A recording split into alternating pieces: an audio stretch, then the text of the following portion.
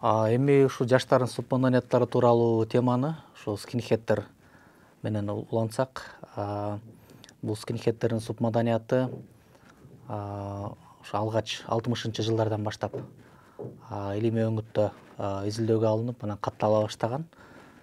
Деги эле бул скинхед субмаданиятынын ушу башталган тарыхый чеги катары ушу 60-жылдарды көпчүлүк эле изилдөөчүлөр белгилеп жүрүшөт. Булар биз буга чейинки кеп кылып кеткен жана моддор субмаданиятынын кыртышынан өсүп чыккан бир жаштардын бир өзгөчөлөнгөн маданияты катары карасак болот. Бирок ошол эле убакта албетте бул скинхеддерге мүнөздүү бир катар маданий өзгөчөлүктөр бар. Мына биз ушул тууралуу тереңирээк кеп кылсак. Ооба, биз буга чейин айттык, ошо Улуу Британияда 60-жылдары калыптанган, тагыраак айтканда 60-жылдары өзүнүн өнүгүшүнүн туу чокусуна жеткен моддордун субмаданиятынын бара-бара жоюлушу менен жана анын ич ара бутырандылышы менен ушул хард моддор деген аталышка ээ болгон жаштардын тобу бөлүнүп чыккан, субмаданияттык тобу бөлүнүп чыккан. Тагыраак айтканда, мына ушул хард моддор бара-бара ошол скинхеддердин калыптанышына өбөлгө түскөн. Демек, ушу хард моддордон келип чыкканда скинхеддер албетте бул биз жогоруда атаган субмаданиятка мүнөздүү болгон бир катар белгилерди өздөрүндө алып жүрүшкөн. Башында, баштапкы мезгилинде булар ошол моддорго мүнөздүү болгон музыкалык стилге артыкчылык беришкен. Маселен, ошол Ямайкадан келген мигранттардын музыкасы регги стилине, ошондой эле ска стилине артыкчылык беришкен. Бирок бара-бара бул жаштардын субмаданиятынын ички эволюциясынын натыйжасында булар өздөрүнө гана мүнөздүү болгон бир маданий өзгөчөлүктөргө ээ болуп, ошондой эле тышкы атрибутикаларды да иштеп чыгып, ошонун негизинде бул скинхеддер өз алдынча субмаданият катары калыптанган. Эми бул скинхеддер баштапкы мезгилинде ушул коомчулук тарабынан, ошондой эле ушул илимий коомчулук тарабынан дагы футбол фанаттары катары кабылданып келген. Ошол футбол фанаттарына мүнөздүү болгон жүрүм-турумга, көз караштарга ээ болгон. Булар көбүн эсе ошол баштапкы мезгилде футболдук матчтарга катышып, тигил же бул футбол командасынын күйөрмандары катары, анан ушул мелдештер бүткөндөн кийин атайын аянтчаларга барып, бири-бири менен кагылышууларды, мындайча айтканда мушташууларды өткөрүп турушкан. Мына баштапкы мезгилде скинхеддер мына ушундайча өңүттө калыптанып башташкан. Андан кийин бара-бара албетте булар биз жогоруда атап өткөндөй өзүнүн маданий өзгөчөлүктөрүнө ээ боло башташты. Мисалы, булардын тышкы атрибутикалары тууралуу айта турган болсок, анда буларды башка субмаданияттардан адегенде эле мындай айырмалап ажыратып турган булардын буттарына кийген оор аскер ботинкелери. Бул ошол жерден дайыр моментке токтоло кетишибиз керек. Албетте скинхеддер субмаданият катары ошол Европа мамлекеттеринде эле эмес, маселен азыркы учурда постсоветтик мамлекеттерде дагы орун алат. Өзгөчө ушул 90-жылдары буга чейин, ушул 90-жылдарга чейин жашап келген Советтер Союзунун курамына кирген мамлекеттерде дагы ушул 90-жылдар аралыгында ушул скинхед жаштар субмаданияты өзгөчө мындай жаштар арасында кандайдыр бир деңгээлде бир популярдуулукка ээ болуп, анан өзгөчө бир жаштардын субмаданияты катары орун ала баштаганын биз байкасак болот. Ал эми бул постсоветтик жаштар негизинен бутуна аскердик ботинкелерди берцы деп атап коебуз. Мына ушуларды кийсе, европалык скинхеддер жана доктор Мартенс деген фирманын өндүргөн ушу ботинкелерин кийишкен экен. Таманы калың, мындай аскер ботинкесине түспөлдөшүп кетет.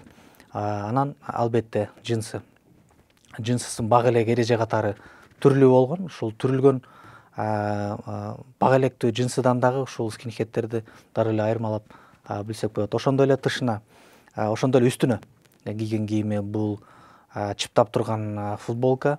Ошондой эле эң негизги дагы бир өзгөчөлөнтүп турган, буларды өзгөчөлөнтүп турган белги бул шым тарткыч.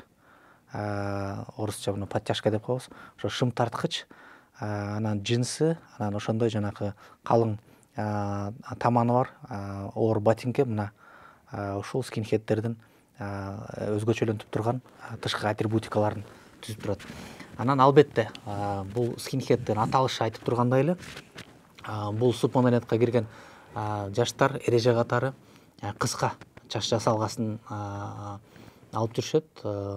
Көбүн эсе чачтарын такыр эле тыкырайтып алып ташташат. Мына ошонун негизинде биз кыргызча буларды такыр баштар деп деген аталышты дагы бул жерден киргизе кетсек ашыкча болбойт.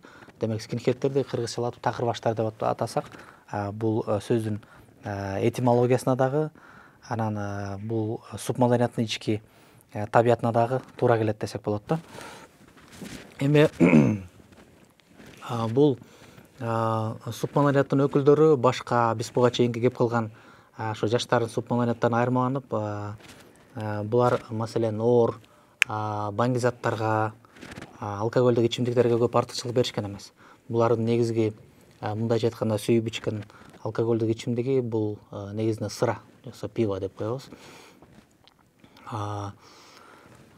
Бирок булардын баштап калыптануусунун баштапкы мезгилинде биз азыркы дегенибиз ушу 90-жылдары, анан азыркы мезгилде, ошо заманбап мезгилде биз Европа өлкөлөрүнөн ошондой эле постсоветтик чөлкөмдө байкап аткан мындай радикалдуу көрүнүштөргө ээ болушкан эмес. Тагыраак айтканда, алгачкы скинхеддер, бул жерде биз тарыхый чекти дагы белгилей кетсек болот. Бул 70-жылдардан тартып өзгөчө 80-жылдардан баштап ошол скинхед субмаданиятынын арасына неонацисттик идеялар кире баштайт, тамыр ала баштайт.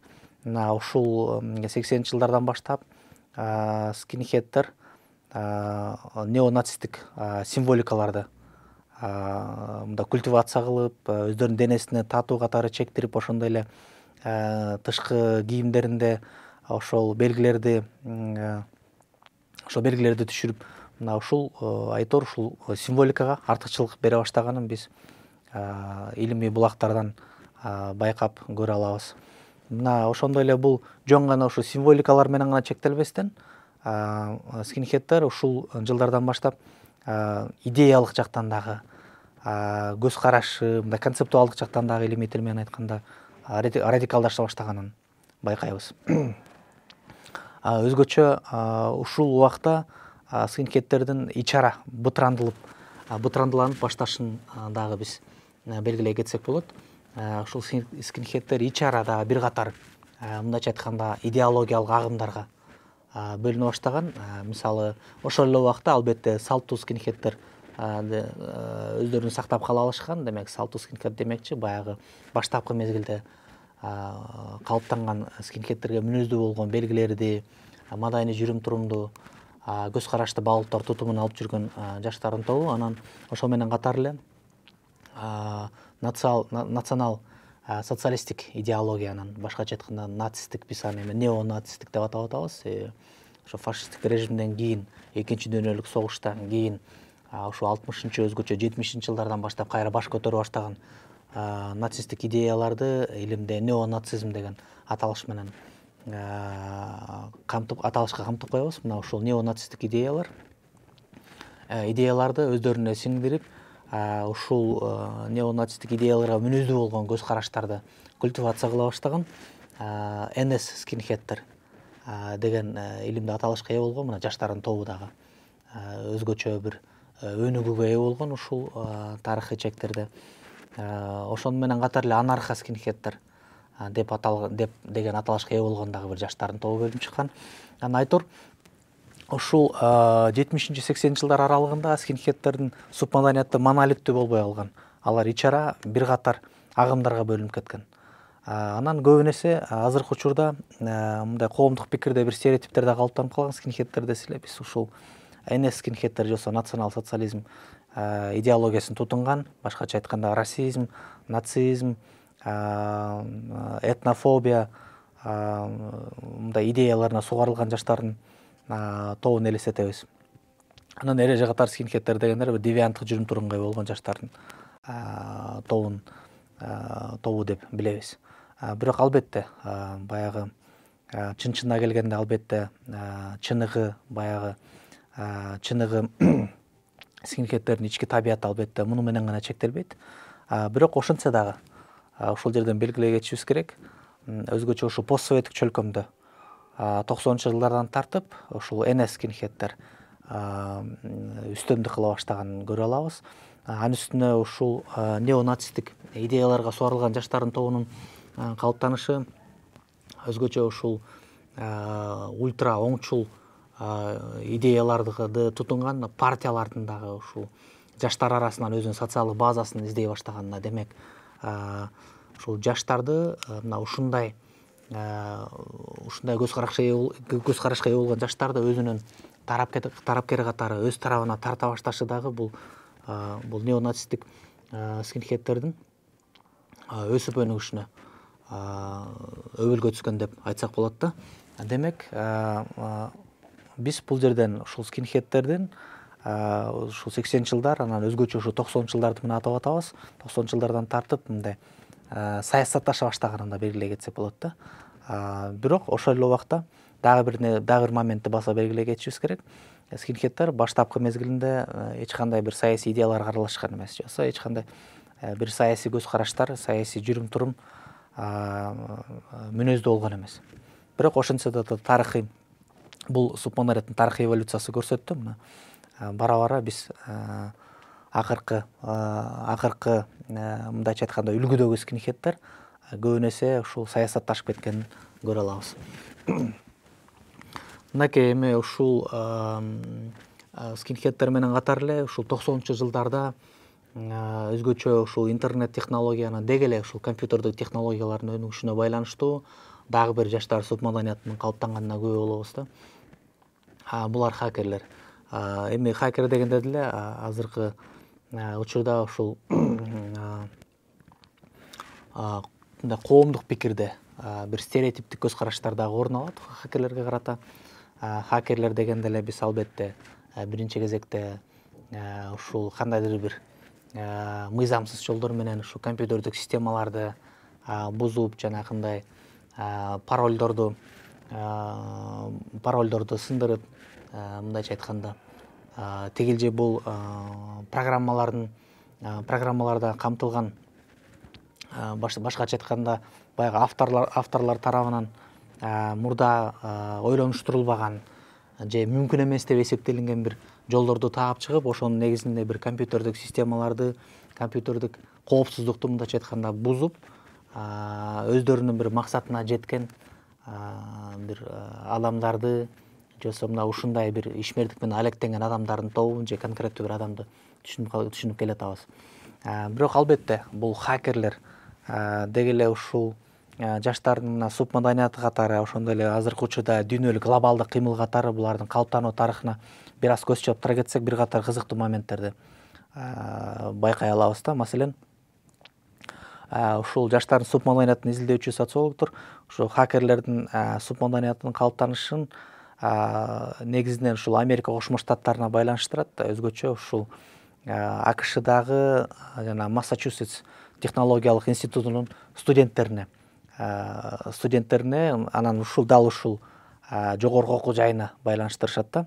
Алгач көрсө ушул 60-жылдар эле ушул хакер деген терминдер ушул окуу жайынын алкагында пайда болуп, бул негизинен 1-апрелге карата, жанагы тамаша күнүнө карата студенттер тарабынан уюштурулган мына ушул башка студенттерди, мугалимдерди, өзгөчө коомчулукту мында таң калтыра турган бир иштерди жасоо алгач ушу хак деп эсептелинген экен. Маселен, ошол Массачусетс технологиялык институтунун башкы имаратынын чокусуна бир ойго келбеген бир предметтерди, нерселерди илип коюу, бул ошол хакинг деп эсептелинген.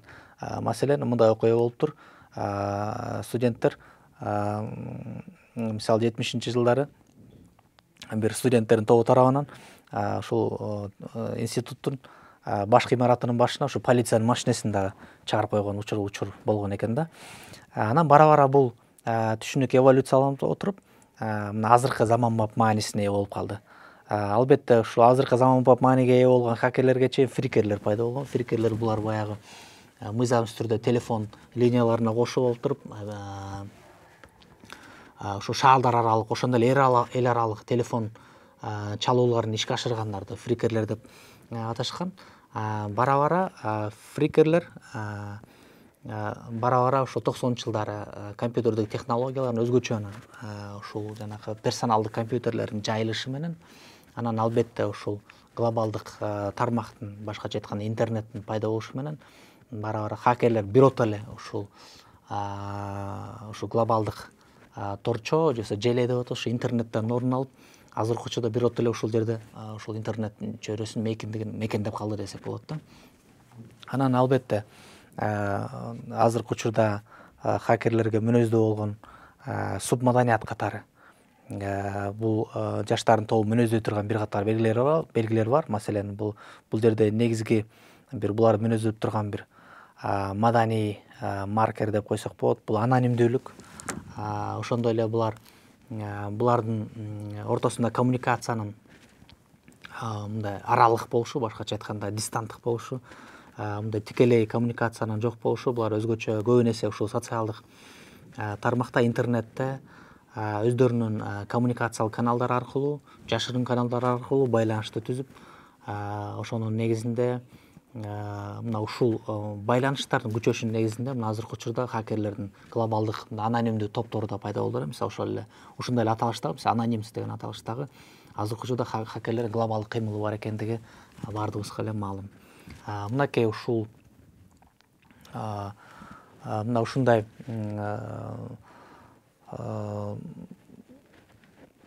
өңүттө биз 20-кылымдын ичинде орун алган таасирдүү жаштардын субмаданияттары тууралуу сөзүбүздү жыйынтыктап туруп, мындан ары биз заманбап жаштардын субмаданияттары тууралуу дагы эки ооз сөз айта кетсек.